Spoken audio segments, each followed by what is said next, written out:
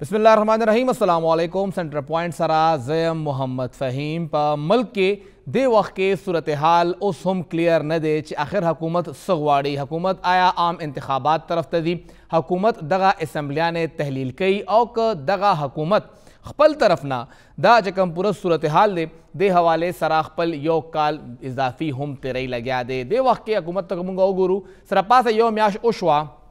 खो साबिक वज़ीर आज़म इमरान खान साहब चे कलना सड़कून रावत दे दाग दा वजना दगा हुकूमत पाराम न दिनास्त और शुरू रजना दगा हुकूमत ज़्यादा प्रेशर दे पेखवर के पहलना जलसा शुआ ब्या कराची ब्या लाहौर और ब्या पूरे सीरीज़ रवान दे चिंदन प आगे सिलसिला के पकोहाट के हम जलसा रवाना दा और चेयरमैन तहरीक इंसाफ इमरान खान साहब अल तक देवा के वैना खी लगाए कम सूरत हाल देवा के मगे तरागले दे आगे के द शहबाज शरीफ से चिकम सूरत हाल दे अगर क्लियर न दे आखिर अगवी सकोलवाड़ी आया अगवी हुकूमत अजान सरा मख के बोतल वाड़ी और अगवी दा हुकूमत दे वक्त के ख़त्मोल वाड़ी और दगा असम्बलिया ने बाद तहलील की दा पूरा सूरत हाल से दे और सिंगा दगा हुकूमत पा हक के या दा अगवी च कंप्लेन दे अगा मख के तलीशी विली की चे शहबाज शरीफ से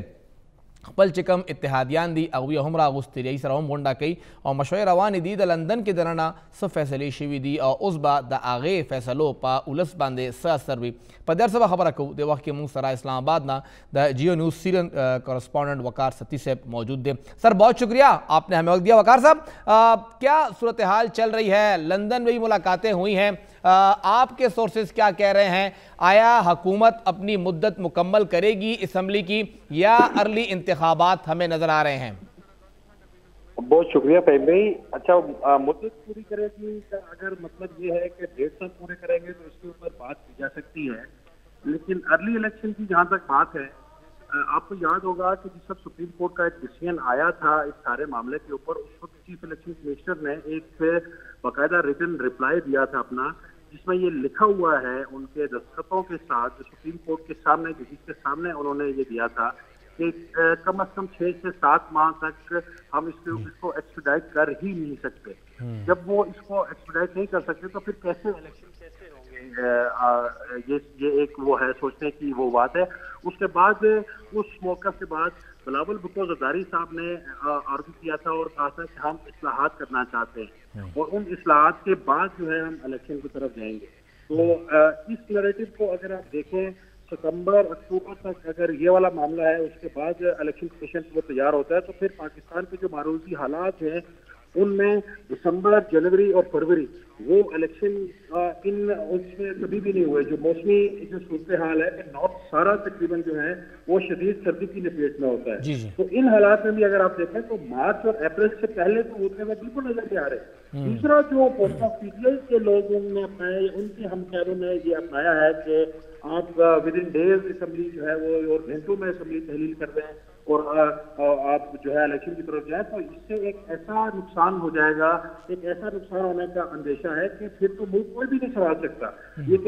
कैसे मुमकिन है कि इतने एक्सपीरियंस लोग जो हैं वो अगर इन सारी मुआशी जो बहरान है अगर उसको वो हैंडल नहीं कर पा रहे, तो कोई निगरान हुकूमत या कोई टेक्नोक्रेट हुकूमत या कोई मुआशियतदान, जैसे आज शेख ने कहा है कि एक मुआशियतदान आ रहा है, वो कैसे आके इसको वो टेक ओवर करेगा और क्यों करेगा? देखिए, एक समझने की बात है कि हमारे मुल्क में एक चीज ये डेवलप हुई है कि 74 सालों में इस्टेब्लिशमेंट ने एक ऐसा हवा खड़ा किया था जिनको ऑल इन ऑल था, जिसको कहीं से कोई रुकावट नहीं थी, और वो सारा हाइब्रिड सिस्टम जो है वो 3.5 सालों में कोलैप्स कर गया। उसके बाद जाके वो न्यूट्रल हुए और न्यूट्रल होने के बाद जो है एक अवामी नौयत की हुकूमत आई है, या जिसको कहते हैं कि अवाम की राय वाली हुकूमत यहाँ पर आई है। अब उसको 1 महीने के अंदर, जिसमें 12-13 छुट्टियां ईद की भी थी, तो उनकी कारकर्दगी को कह के आप कैसे घर भेज सकते हैं? ये मुमकिन नहीं है। ये उनका ख्याल हो सकता है, उनकी ख्वाहिश हो सकती है, लेकिन ऐसा होता हुआ नजर नहीं आ रहा। अब आज जो डिसीजन सुप्रीम कोर्ट का आया है, ये थोड़ा सा ऐसा जरूर है कि हुकूमत के उनको थोड़ा परेशानी का सामना करना पड़ सकता है, लेकिन इसकी तशरीह होनी अभी बाकी है। इसमें बहुत सारे इफ्स एंड बट्स हैं। अभी कल इलेक्शन कमीशन इसके ऊपर क्या बात करता है, क्या डिसीजन देता है, उसके बाद सूरत हाल थोड़ा सा वो क्लियर होगा। صحیح. اچھا سر یہ بتائیے گا کہ اس وقت جو صورتحال بنی ہوئی ہے، عمران خان صاحب سڑکوں پر ہے، موجودہ حکومت یہ پلان بھی کر رہی ہے کہ تمام اتحادیوں کو ساتھ لے کے چلا جائے، لندن سے جتنا انہوں نے مشاورت کرنی تھی وہ کر کے واپس آ گئے ہیں. آپ کو لگتا ہے کہ سخت فیصلے آنے والے ہیں؟ حکومت اگر 8-9 مہینے بیٹھی ہے پھر تو اس طرح ڈے ٹو ڈے افیئر نہیں چلیں گے، پھر تو سخت فیصلے آنے پڑیں گے. جی بالکل سخت فیصلے تو ڈیفینیٹلی ان کو کرنے پڑیں گے اگر انہوں نے ان کا اسی میں سروائیول بھی اسی میں ہے. اور یہ کچھ لوگوں کا یہ خیال تھا کہ آتے ساتھ جس وقت یہ ٹیک اوور ہوا تھا اور یہ نئی حکومت آئی تھی تو ود ان اور گھنٹوں میں یہ فیصلے کر دیتے کہ تیل کی قیمت بڑھا دیتے اور بالکل جو ہے آرٹیکل 6 لگا دیتے اور یہ کرتے وہ کرتے. لیکن اس میں جو اتحادی بہت سارے ہیں انہوں نے کہا کہ نہیں، ہم عمران خان کو سیاسی سپیس دینا چاہتے ہیں، وہ آئیں سیاست کریں اور ملک کی تعمیر و ترقی میں اپنا کردار ادا کریں. جو اس کے بعد ثابت ہوا اس 1 مہینے کے اندر کہ انہوں نے بٹرے کیا، انہوں نے اس اسپیس کا ناجائز فائدہ اٹھایا. وہ عوام میں جانا تو ان کا حق ہے، جلسے یوز کرنا ان کا حق ہے، لیکن جس طریقے کی لینگویج وہ یوز کر رہے ہیں، جس طریقے سے ریاستی اداروں کو ملائم کر رہے ہیں اور جس طریقے سے ریاستی اداروں کو بلیک میل کرنے کی کوشش کر رہے ہیں، وہ ایک ایسا سوالیہ نشان ہے جس کا جواب بہرحال آنا ہے اور جس کے اوپر کافی دیر تک آنکھیں اور کان بند نہیں کیے جا سکتے. صحیح. سر آپ ہی کے ٹی وی سے بات کرتے ہوئے بلال بھٹو زرداری نے کہا تھا کہ میں چاہوں گا کہ آرٹیکل 6 لگے لیکن ہم مشاورت کریں گے کہ باقی جماعتیں کیا کہتی ہیں. عمران خان صاحب جس طرح باہر نکلے ہیں تو حکومت کو تو وہ حکومت کرنے نہیں دے رہے، یہ تو واضح ہے. آپ کے سورسز کیا کہہ رہے ہیں؟ کیا حکومت جو ہے وہ آرٹیکل 6 لگانے جا رہی ہے یا کوئی اور حل ہے ان کے پاس عمران خان کا؟ دیکھیے میری اطلاعات کے مطابق حکومت نے اپنی جتنی بھی ان کی مشاورت ہے اور جتنا ہوم ورک ہے اس حوالے سے وہ مکمل کیا ہوا ہے. میری بہت سارے جو قانون دان ہیں، جو سیاستدان بھی ہیں، ان سے جب بات ہوئی ہے تو ان کا یہ کہنا ہے کہ جتنا مٹیریل ہمارے پاس اویلیبل ہے وہ آرٹیکل 6 لگانے کے لیے کافی ہے. لیکن یہ بہرحال کسی بھی حکومت کے لیے یہ بڑا ایکسٹریم پہ جانا، جسے سیاست بھی کرنی ہے اور اس کے کانسیکوینسز جو ہے وہ بھی وہ دیکھنا، اس کے اوپر بھی انہوں نے وہ بات کی ہے، مشاورت کی ہے اور اپنی حکمت عملی بنائی ہے. میری اپنی ذاتی یہ سمجھ ہے کہ یا میں یہ دیکھ رہا ہوں یا میں اپنی بصیرت کے مطابق میری ذاتی رائے یہ ہے کہ اگر عمران خان صاحب نے اپنا جو الفاظ کا چناؤ ٹھیک نہ کیا اور اداروں کو تنقید کا نشانہ بنانا بند نہ کیا اور بلیک میلنگ بند نہ کی تو یہ لگ سکتا ہے. آپ کو لگ رہا ہے کہ آرٹیکل 6 لگ سکتا ہے؟ جی. اور سر یہ جو معاشی کچھ مسائل سامنے آ رہے ہیں، اعداد و شمار بتا رہے ہیں کہ حالات کافی ہاتھ سے نکل رہے ہیں، تو کیا اس آدمی کی پلاننگ سامنے آ رہی ہے؟ جو بیٹھک ہونے جا رہی ہے اتحادیوں کی، اندر کی خبریں کیا ہے؟ اتحادی سب اکٹھے ہو کے ان سخت فیصلوں کا ذمہ سب لے لیں گے اکٹھے؟ اس وقت جب ہم بات کر رہے ہیں، اس وقت وزیراعظم شہباز شریف صاحب کی صدرائی میں وزیراعظم ہاؤس میں ایک اعلیٰ سطح کا اجلاس اتحادیوں کا اس حوالے سے جاری ہے، جس میں آصف علی زرداری، مولانا فضل الرحمان، MKM سمیت دیگر جو اتحادی قائدین ہیں وہ اس میں شریک ہیں اور وہ اس کے اوپر جو ہے مشاورت کر رہے ہیں. اور ہماری اطلاعات کے مطابق اصولی طور پر یہ فیصلہ کر لیا گیا ہے کہ فوری طور کے اوپر الیکشن کروانے والا جو آپشن تھا اس کو مسترد کر دیا گیا ہے اور وہ معاشی صورتحال کو بہتر کرنے کے لیے اور معاشی بحران سے نکلنے کے لیے جو وہ حکمت عملی بنائی جا رہی ہے اور سخت فیصلے بنانے کے لیے وہ کرنے کے لیے مشاورت ہو رہی ہے. بہت شکریہ وقار ستی صاحب، آپ نے مشرق ٹیلی ویژن کو وقت دسنگ اور دل چاوی ذکر کا یو خبر ہوئی دا کڑا چے دا حکومت چکم دے وقت کے قانونی ٹیم دے دا ہوئی دا وینا دا چاہیے سرا کافی مواد موجود دے. دا سابق وزیر اعظم عمران خان صاحب بیا ڈپٹی سپیکر سابقہ قومی اسمبلی قاسم سوری صاحب او بیا صدر پاکستان عارف علوی صاحب د دوی خلاف آرٹیکل 6 لگولو دا پارا ای سارا مواد موجود دے. چی حکومت کلا فیصلہ ہو کی چیاو مونگا آرٹیکل 6 لگو نو اغوی دغه مواد سره آرټیکل 6 لګوري چې حکومت د وخت کې لږ حالات ګوري چې عمران خان صاحب سب پلان لري شلمه مئی باندې د عمران خان صاحب بس اعلان وی هغه سره دا هر څه لینک دي هغه سره ذکر وکړه چې کم دی وخت اجلاس روان دی د وزیر اعظم میاں محمد شہباز شریف صاحب په مشرۍ کې هغه کې دا فیصله وشوه چې فوری انتخابات با نه کیږي مطلب چې انتخابات با په خپل وخت کیږي یا پای کې لا وخت شته نو هغه وخت پورې با دا حکومت څه پلان لري هغه د پاره ټول ناس دي هغه کې شهباز شریف صاحب هم دی مولانا فضل الرحمان صاحب هم دی او زدای صاحب هم دی نو ټول مشران ناس دي ګورو چې د دوی طرف نه صلاح عمل مخې ته راځي او څنګه دوی خپل دا حکومت مخې ته بوځي ولې چې عمران خان صاحب خو بیا هغوی په ارام نه پرېږدي. د سپریم کورټ فیصله چې کومه مخکې ته راغله صدارتي ریفرنس حوالې سره آرټیکل 63A تشریح حوالې سره نو هغې کې په 3-2 باندې مطلب د 15 رکني لارجر بینچ کې 3 ججز چې کومه فیصله راغله هغه اکثریتي فیصله ده او هغه فیصله منل کیږي او هغوی دا وایي چې کم ممبران د پارټۍ پالیسۍ خلاف دي د هغوی ووټ به نه شمارلی کیږي. په دې به خبره کوو چې دغه ارس نه پس وفاق کې خو مسله نشته دی هلته خو ووټ نه دی اچولی خو پنجاب کې به حمزه شهباز صاحب څه کوي آیا هغه وزیر اعلی پاتې شو او که د هغه نه هم دغه څوکۍ لاړه یو وړې شان دمې نه پس تاسو به هم ځل بیا هرکلی وایو او نن د سپریم کورټ هغه فیصله مخې ته راغله چې کافي وخت یې واغشته یو اندازه نه وه چې دا به دومره وخت علي ولې چې موږ ګورو کم صورتحال و د قومي اسمبلی کې د پاکستان تحریک انصاف منحرف ممبرانو حوالې سره نو هغه وخت د صدارتي ریفرنس جمع شوی او اوس د هغې فیصله راغله په 5 ججانو کې 3-2 فیصله مخې ته راغلې ده 3 ججز دا وایي چې کم ممبران د خپلې پارټۍ پالیسۍ نه انحراف کوي او هغوی هلته کې ووټ نه اچوي یا د پارټۍ پالیسۍ خلاف ووټ اچوي نو بیا به هغه ممبران نااهله کیږي خو نه ابه د اسمبلی غړي پاتې شي خو د هغه ووټ به نه شمارلی کیږي. دا فیصله د پاکستان تحریک انصاف دپاره هیڅ شک نشته چې ګټوره فیصله ده ولې چې هلته کې ناست د وزیر اعلی پنجاب حوالې سره تقریبا 15 MPAs د پاکستان تحریک انصاف دي 15 یا 30 دي هغوی ووټ اچولی دی او د هغوی ووټ د وجه نه دې وخت کې حمزه شهباز د پنجاب وزیر اعلی دی آیا هغه وزیر اعلی به پاتې شي او که نه او که دغه ممبران د هغوی ووټ اچولو چې کومه طریقه ده ولې چې هغه هم اوس کلیر نه ده که هغوی دا ووټ نه اچوي نو بیا به د هاوس صورتحال څه وي او که هغوی دا ووټ اچوي نو هغه خلاف ووټ اچوي په دې هر څه به خبره کوو دې وخت کې موږ سره سینیر قانوندان او د انصاف لایرز فورم جنرل سیکرټري شاه فیصل ریاض صاحب موجود دی. سر شکریه تاسو موږ له ټایم راکړه. سر دا راته ووایه چې یو خو دا چې دغه فیصله کومه چې په 3-2 باندې راغلې ده د هغې مین مقصد کرکس خو دا دی چې دا ووټ به نه کاونټ کېږي خو به نااهله نه وي خو باقي په دې فیصلو کې څه خبرې وخت راغلي دي؟ بسم الله الرحمن الرحیم. محمد فهیم صاحب ډیره مهرباني ډیره شکریہ چې تاسو په دې پوینټ باندې زموږ ویو پوینټ اخلئ. دا جناب 3-2 سره راغلي فیصله د دې کرکس دا دی چې دا د 186 او آرټیکل 184 سب کلاس 3 لاندې ده دا صرف د ایڈوایزری جورسډکشن فیصله نه ده دا ججمنٹ ما تاسو ته اوس دروام ستولو په واتس اپ باندې تاسو باقاعده ناظرینو تم خولې شي نو دا په اوریجنل جورسډکشن کې پاس شوی فیصله ده او د آرټیکل 190 لاندې د دې بایندینګ افیکټ دی دا ایڈوایزری جورسډکشن کې صرف نه ده پاس شوی نو چې په بایندینګ د حزب بل کیسونو متعلق مطلب بایندینګ زموږ یو آسان جبه کې چې دا به خامخا نافذ کیږي صرف سفارش نه دی. ایگزیکټلی صحیح بالکل. نو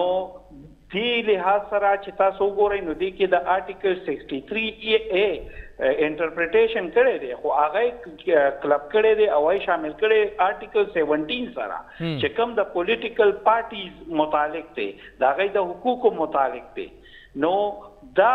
آرټیکل چې دواړه مونږ جاینټلی او ټوګیدرلی په دې فیصله کې بیا انټرپریټ کړي دي د دې تشریح کړې ده نو هغه بیا هم په دغه صورت کې کړې ده چې کوم تن د کومې پارټۍ دغه لاندې پارلمان ته لاړ شي اسمبلی ته لاړ شي هغه خپله وفاداري کې تبدیلوي نو د هغه حیثیت په د سره ختمیږي د هغه ووټ په د سره کاونټ کیږي نه نو په داسې حالاتو کې چې کله دا فیصله راغله نو په پنجاب اسمبلی کې چې کوم د 26 صوبایي اسمبلی ممبرانو هغه ووټ کاونټ شوی هغه اتوماتیکلی ختم شو د دې فیصلې په رڼا کې او دا رنګ په قومي اسمبلی کې چې کوم ووټونه کاست شوي دي نو کې یو د MQM کس اوس وفات شو هغه هم دای ته مسله او د کیو لیگ چې کوم دوه ووټرانو چودھری سالک او طارق بشیر شیما صاحب دا هغه ووټونه بالکل ختم شو داغي حیثیت پاتې نشو نو د دې د ووټونو تعداد په قومي اسمبلی کې چې 174 نو هغه براشي 171 تا نو هغه تکي به هم د خپل ځان سبستانشیټ کولې نشي او خپل سټرینث په نشي شو کولې او په پنجاب اسمبلی کې خو اتوماتیکلی د دې سټرینث ریډیوس شو او 171 تا راغله نو د پی ټی آی سټرینث په پنجاب کې 176 ته په دې ریشو سره چې وګورئ نو لاړ بشي نو په داسې حالاتو کې اوس پنجاب کې گورنر صاحب د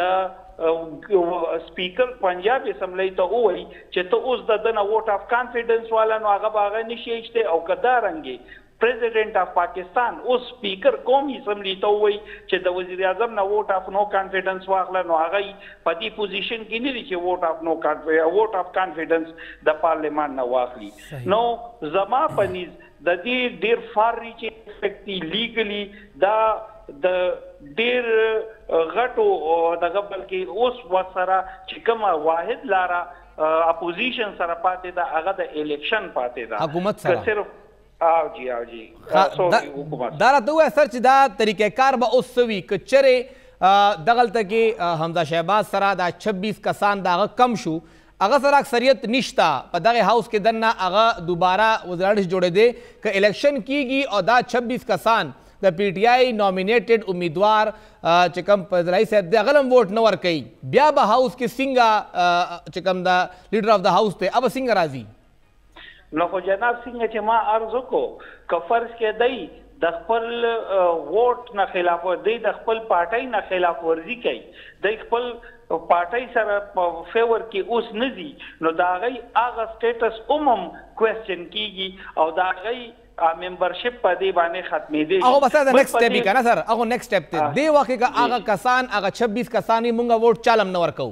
مونږه ځان سایډ تکو مونږه دنه ابسټین کو نو بیا به دا هاوس کې دنه قاعده ایوان څنګه راځي بیا به جناب ماغه د الیکشن والا خبره شي او دوباره به دا دغه جنرال الیکشن تبا دا معاملې وزي او چې څنګه د پی ټی آی ډیمانډ دی نو هغه طرف تبا دا ټول معاملې لاړې شي مطلب سر که د حمزه شهباز ووټ یو یا دوه کسان زیات هغه ووټ ورکي خو هغه د ایوان مطلب د 371 ایوان د نیم په نیمه برابر نه وي 186 ته هغې نه جوړېږي نو مطلب دا چې هغه بیا وزیران نشي جوړېدی نشي جوړېدی هایسټ ورسره وي 171 د سره وي 150 160 سپیکر صاحب سره وي نو بیا هم نشي جوړېدی نه جی بالکل په دې چې کوم کانسټیټیوشن دی هغه بالکل کلیر دی چې دا به میجارټي وي نه میجارټي خو به وي سر هغه ټیک ده او دا یم که 25 کسان ووټ نه اچوي هغوی ځان سایډ تک نو بیا به څه کېږي نو خو بیا خو چې کوم د آئین تقاضا ده هغه نه پوره کیږي نو بیا به خبره او ماغه د پی ټی آی چې کوم اوس وخت سره ډیمانډ دی د الیکشن نو هغه طرف ته به دا معاملې خسر دی کې دنه یو بله خبره ده چې نااهلي د دغې ممبرانو بد شوه اول دا ویلې کېدل چې دا ممبران به نااهله شي او کم از کم دغه ټینیور کې به بیا الیکشن نشي کولی حصه به نشي اخیستی بای الیکشن کې دننه سپریم کورټ هغه تحفظ ورکړه دې باره کې به څه وایې دی کې خو جی په دې فیصله کې تاسو وګورئ د کلیر کټ لیکلي دي چې دا منډیټ پارلیمان سره دی پارلیمان دی په دې باندې دوباره تشریع لیجسلیشن وکړي او په دې باندې د کینی او هغه دې دا ډیسایډ کړي چې د دې خلکو فیټ پسې په فیوچر کې به د دې نااهلي ته حیات تسلیمیږي که د یو خاص ټینیور دپاره به صحیح او سر دغه دې نه چې کوم انصاف لایرز فورم دی مطمئن دی د فیصلې نه بالکل جی دا فیصله چونکه د قانون په پیرامیټرز کې د نو بینګ سټوډنټ اف لا زه خو وایم چې دا د آئین یو بهترین تشریح چې څنګه وړاندینی پروګرامونو کې مونږ تاسو سره دا ډسکس کړي وه او تقریبا که تاسو ته یاد وي نو همدغه ویو زما وه او ما وی چې ایکسپیکټډ فیصله به همدا وي او نن هماغه ایکسپیکټډ فیصله راغله ګڼه نه دا وټې دا ټایم دی واغشته ولې چې ویلې کېده به 4-5 دن کې دننه وشي که دا فیصله هغه ټایم راغلی وی کله چې خان صاحب وزیر اعظم نو زیات اثر به و جناب دا 15 تاریخونه آلموست په دې فیصله باندې تیر شو او دې کې چونکه مختلف پارټیانې مختلف سټیک هولډرز اورېدل لازمي وو نو عدالت سره دغه لاره نه وه که هغوی په داسې هیپ هیډ مینر کې تیزۍ سره جلدۍ سره دا فیصله کړې وې او فریقین یې نه وې اورېدلې نو د هغوی ډیو رایټس په دې کې انفرنچ کېده نو زما په نیز باندې دا پکار وه چې هر فریق واورېده د هر فریق دلایل سره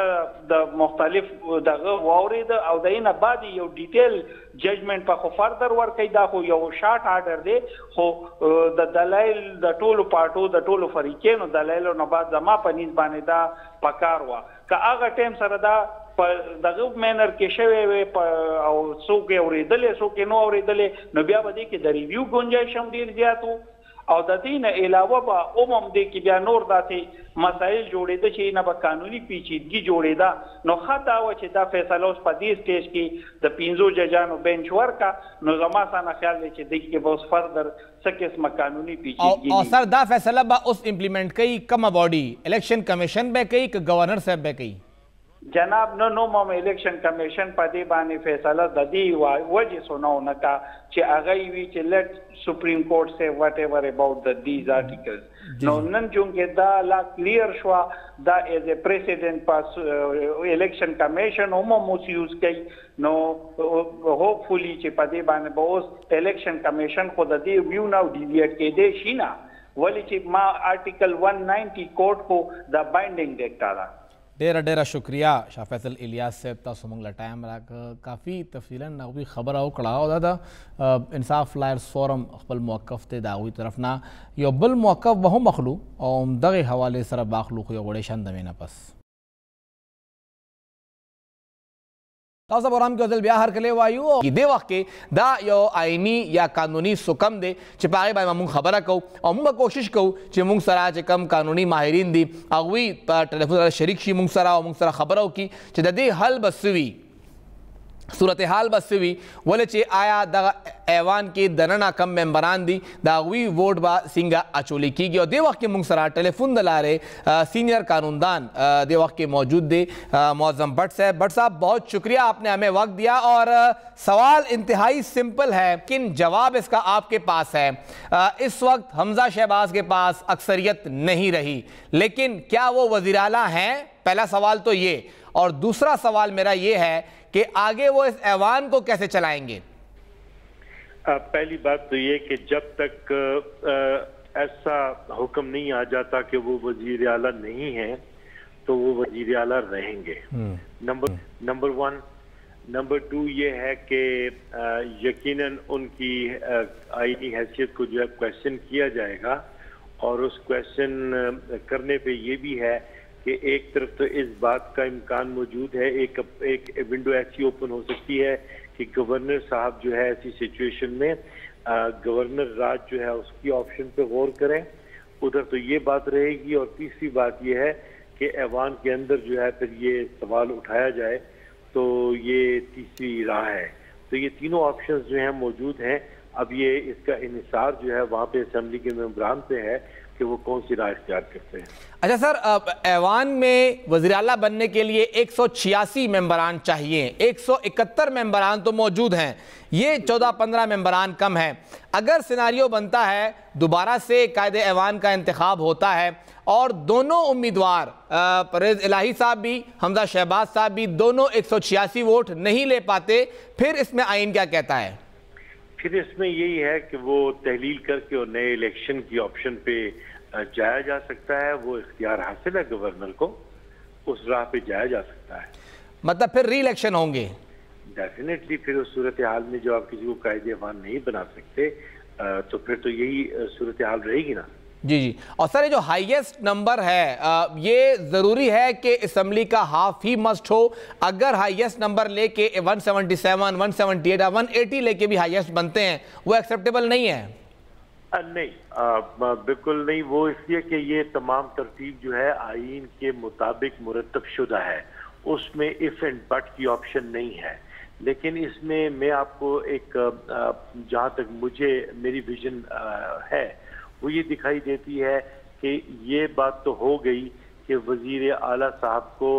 اوتھ دے دیا گیا اور جس کے بعد انہوں نے اپنا منصب وزارت اعلیٰ پہ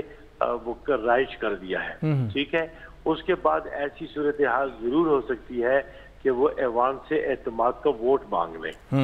ٹھیک ہے تو پھر بھی وہ جو بات جو ہے وہ ایک آپشن کھل سکے گی کہ اگر وہ اعتماد کا ووٹ حاصل کر پائیں تو کریں گے لیکن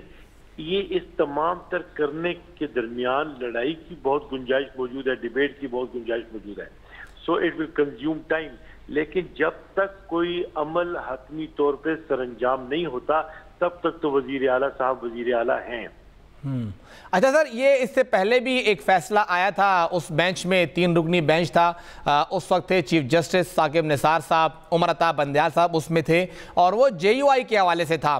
اس میں یہ بات آئی تھی کہ اگر پارٹی جو ہے وہ ووٹنگ کے عمل سے بائیکاٹ کر لیتی ہے تب ممبران اگر اپنی مرضی سے ووٹ دینا چاہیں تو وہ دے سکتے ہیں۔ اب یہاں پہ کہا گیا ہے پارٹی پالیسی سے انحراف، تو وہاں پہ جب انتخاب ہو رہا تھا تو پارٹی نے وہاں پہ تحریری طور پہ بائیکاٹ نہیں کیا تھا، کیا یہ بھی مسئلہ کرے گا کہ تحریر میں کیا تھا اور وہاں پہ عمل میں کیا ہوا؟ پہلے یہ سمجھ لینا چاہیے کہ جو پنجاب اسمبلی کا مسئلہ ہے نا جی، وہ عدالت کے حضور زیر تجویز نہیں تھا۔ ٹھیک پہلی بات تو آپ یہ سمجھ لیجیے، بالکل۔ تو اس لیے اس تناظر میں سپریم کورٹ کی کوئی فائنڈنگز نہیں ہے، صحیح، ایک بات۔ دوسری بات یہ بھی آپ سمجھ لیجئے کہ وہاں پہ یہاں پہ اصول تو طے کر دیا گیا، لیکن آگے الیکشن کمیشن جانے کا عمل جو ہے وہ بھی انڈورس کیا گیا ہے۔ وہاں پہ پھر فیصلے کا ہونا اور ایپیلیٹ جو ہے اپرچونٹی ہے وہ بھی ان کے پاس موجود ہے۔ تو آپ یہ سمجھ لیجئے کہ یہ فیصلہ اس ریفرنس کی بنیاد پہ آیا ہے جو سوال پریزیڈنٹ نے پوچھا تھا، اس سوال کا جواب انہیں دے دیا گیا ہے، لیکن اس تناظر میں اس چیز کو ایگزامن نہیں کیا سپریم کورٹ نے، نہ ہی اس کے سامنے یہ بات تھی کہ اس کی نسبت سے اب اسمبلیوں کا حال کیا ہوگا۔ صحیح، آپ سمجھ رہے ہیں نا؟ جی جی سر، اس نسبت سے کوئی بات بالکل سپریم کورٹ میں نہیں ہے، تو وہ تو اب اپنا عمل جو ہے وہ سامنے آئے گا۔ اور سر یہ فیصلہ بائنڈنگ ہے، ہر حال میں پورا کیا جانا یا ایڈوائس کے طور پہ آیا ہے؟ دیکھیے یہ تو ایڈوائس ہی ہے، اس میں پوزیشن یہ ہے کہ قانونی پوزیشن کیا ہوگی، صدر کو اس کے سامنے اس سینیریو آ گیا ہے، اب صدر صاحب نے اس کا استعمال کیسے کرنا ہے اس کا تمام تر انحصار صدر صاحب پہ رہے گا۔ اصول مرتب کیا ہے سپریم کورٹ نے اور اس کا استعمال جو ہے وہ پھر آگے اس کی روشنی میں لوگ کر سکیں گے۔ اور ان کے سامنے جو سچویشن تھی وہ بیسیکلی سندھ ہاؤس والی تھی جو قومی اسمبلی کا ممبران تھے۔ بالکل، لیکن بات بہرحال دیکھیے 2 باتیں تھی، ایک تو وہ دائمی وہ والی بات بھی تھی کہ تاحیات پابندی والی بات بھی تھی، تو وہ بات بھی اپنی جگہ پہ جو ہے وہ ہو گئی، مطلب عدالت نے اس کے متعلق بھی اپنی جو ہے وہ رائے دے دی ہوئی ہے اس تناظر میں کہ اب کوئی بھی پالیسی سے انحراف کرے گا یا وہ کرے گا ووٹ غلط استعمال کرے گا تو وہ پھر سیٹ جو ہے الٹیمیٹلی ویکنٹ سمجھی جائے گی۔ تو یہ اصول مرتب ہو گیا ہے، لیکن الیکشن کمیشن جو ہے دیٹ از دی پراپر فورم جس میں پارٹی نام بھیجے گی اور پھر وہ سپریم جو الیکشن کمیشن ہے وہ اس کی روشنی میں حکم صادر فرمائے گا۔ بہت بہت شکریہ معظم بٹ صاحب، آپ نے کافی تفصیلاً اس پورے عمل کو سامنے رکھا، اور بٹ صاحب دا ہوئی چدا ایڈوائس تے شاہ فیصل صاحب وی دا بائنڈنگ دے دی ہوئی دا ایڈوائس تے پتہ بولے گی چکرا پدے ٹولا فیصلہ باندھے بحث اوشی اور بیا داغے اندازہ اوشی دے با ایکسپلینیشن راضی دا مختصر فیصلہ دا تفصیلی فیصلہ نہ دا غلے او دا خبر ہم وا چدا فیصلہ کم تناظر کے وا تناظر دا قومی اسمبلی او آیا دا پنجاب باندھے لاگو کیگی موقع نہ ډېرې خبرې دي، تاسو به همدغه پلیټ فارم نه خبر ساتو. دې وخت کې وړه شان دم اخلو. تاسو پروګرام کې یو ځل بیا هرکلی وایو او که د پېښور خبره وکړو،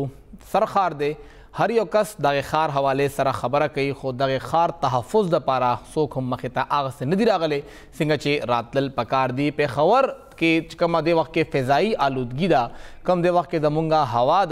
ده د هغې حوالې سره یو ریسرچ شوی دی، یو سټډي شوی ده او هغه دا وایي چې دې خوا دومره آلودګي سیوا شوې ده چې د پېښور ښار اوسېدونکي خلک د هغوی په عمرونو کې اوسطن 2.5 کاله کمې راغلی دی. مطلب چې څنګه هغوی عمرونه مخکې وو نن نه 20 یا 30 یا 40 کاله اول هغه وخت کې به چې څومره هغوی عمر تېرو، اوس دې وخت کې 2.5 کاله هغوی اوسطن عمر کم شوی دی. داری خبره ده څه خلک به زیات زر مري، څه به څه وخت علي. دغه د پېښور دغه ښار آلودګي د بل چا وجه نه هم د دغې خلکو د وجه نه ده او همدغه خلک درې ذموار دي. دې وخت کې موږ سره شفیق الرحمن صاحب موجود دی، په خپله استاد هم پاتې شوی دی او دغه پېښور ماحول باندې هغوی کافي کار کړی دی.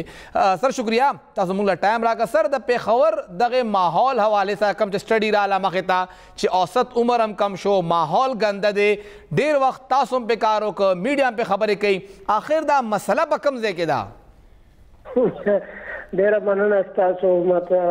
د خبرې مقرره کولو. پېښور واقعي صدر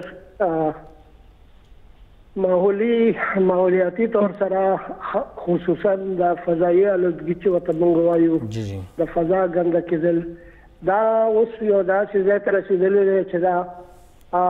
مطلب دا دی چې اوس د خطرې ګڼتیانې بجاوئ که نه چې الرټ شئ خلکو ګورئ ستاسو ژوند ته خطره ده صحت ته مو خطره ده بیماریانې در باندې راځي نور ګراني خو خپل ځای کې خو چې ناجوړه شي او د صحت خرچه در باندې راشي نو دا خلک په نور تکلیف کې اچوي. وجه دا ده چې پېښور د ډېرې مودې نه خلکو آبادیان پکې سیوا کې او بارانونه راشي په دې علاقه باندې تاسو ته پته ده چې دا هغه چې بشکال وغیره په دې موسم کې پېښور کې کم کېږي. جی جی دا د سپرینګ بارانونه چې دا په پېښور کې لږ زیات دي نسبتاً خو هغه چې بارانونه نه کېږي لکه خیبر پښتونخوا په ځینې نورو سیمو کې کېږي لکه سوات شو ډېر شو داسې ځایونه. نو یو طرف ته خو د قدرت مسله دویم طرف ته دا ده چې ښاریا غټه شوه استوګنه پکې ډېرو خلکو شروع کالونیانې جوړې شوې هاوسنګ سوسایټي سرکاري هم جوړې شوې پرایویټ هم جوړې شوې او په دې کې د دې سره د ګاډو آمدرفت هم ظاهره ده چې سیوا شروع کړه چې خلک ظاهره کور کې خوني ناس ګرځي راګرځي. نو دا یو طرف ته دا کار وشو چې په پېښور کې د ګاډو پیدا ډېر سیوا شو. بله دا چې موږ په انټرنیشنل روټ باندې پراته یو نو چې کوم ټرافیک افغانستان ته ځي یا هغه ځای نه راځي واپس سند ته کراچۍ ته یا پونځ ته یا بل ځای ته ځي نو هغه هم په دې لارو باندې تېرېږي غټ ټرافیک چې کوم د دې مخې راځي د تورخم د مخې او د پېښور کې خپله شته خلکو نو چې څه لږه ډېر راسوځي راغلو خلکو اوس تاسو ته په سایکل چېرته په سترګو ډېر په مشکله په سړک باندې وینه خلک موټرسایکلو ته شو او دغه شو دا چنچانې شروع شوې نو هغه د ډیزلو هغه دغه چې کوم ټرکونه موټرونه چې چلېدل. نو ډاکټر صاحب دې به حل سي لکه مسله خو شته خو مونږه دخوا په ګړي چندن کې پورا یو ځنګل آباد ک بیا مونږ ته سنخ کاری گرین بیلټ جوړیږي اربونو روپے په لګي حل به درې سوي حل خو ګوره داسې ده چې کوم سړی لکه فرض کې د سینې د دمې د سینې د ممراض تکلیف یو مثلا لکه زما په رنګ سګرټ څکي نو ته به علاج مخکې رستو کوې او مخکې به هغه وجه ختموي وجه ختمول غواړي چې زموږ وجه چې دا نو هغه یو طرف ته د ګاډو نه چې کوم لوګی راوځي دا ده او دې کې سموک هم راوځي دې کې ګیسونه هم راوځي بل طرف ته زموږ خواوشا کې د خښتو بټۍ دي ډېرې او هغوی تاسو ته پته ده چې هغه هماغه ټیکنالوژي استعمالوي ربړ بلوي کویله بلوي لرګی بلوي هر شی بلوي. دریم طرف ته د پېښور نه دېخوا د خیبر او د پېښور ضلع منځ کې چې کوم علاقه ده په دې کې انډسټریل زون دی په دې کې کارخانې دي او خصوصا په دې کې داسې کارخانې دي چې هغوی د فضایي الوتګۍ حوالې سره ډېر منفي د هغوی رول کردار ادا کوي هغوی نو هغو باندې نظر ساتل غواړي ځکه چې هغوی خو بختره منافع لپاره دا خبره مخکې وځي خو دا کله به دا باندې کوي چې د خلکو روزګار خرابېږي او چې کوم قانون دا وایي چې را ماحول د صفایۍ لپاره دا څیزونه ضروري دي او دا د ادارې ذمهوار دي نو د هغه ادارو ته خپله ذمهواري پکار ده چې او ادارو کې هم تشه ذمهواري نه ده ادارې باندې به ذمهواري هله اچوئ چې ادارو سره تاسو مدد وکړئ هغوی ته چې کوم فنډ پکار وي هغه ورکړئ چې کوم ایکسپرټس ته پکار وي هغه ورکړئ چې کوم مشینان د هغوی پکار وي هغه ورکړئ چې ډیټا هم راغونډولی شي په موقع فیصله هم کولی شي اختیار هم ورکړئ چې فیصله وکړي نو دا هغه څیزونه دي او دا د شپې په شپې نه کېږي په دې کې کلونه لګي او د دې اوس چې کوم حال ته ډاکټر صاحب اخرنی سوال تاسو ته ښکاري چې زموږ ډایرکشن صحیح دی کلونه دی لګي خو ډایرکشن هم صحیح دی د دې دوه غټو منصوبو حوالې سره خو زه ډیفینټلی دا ویلی شم چې په خیبر پښتونخوا کې د بلیونټري سناني ورته خلک وایي افارسټیشن پروګرام دی لکه هغه ځمکې چې کوم مخکې ځنګل نو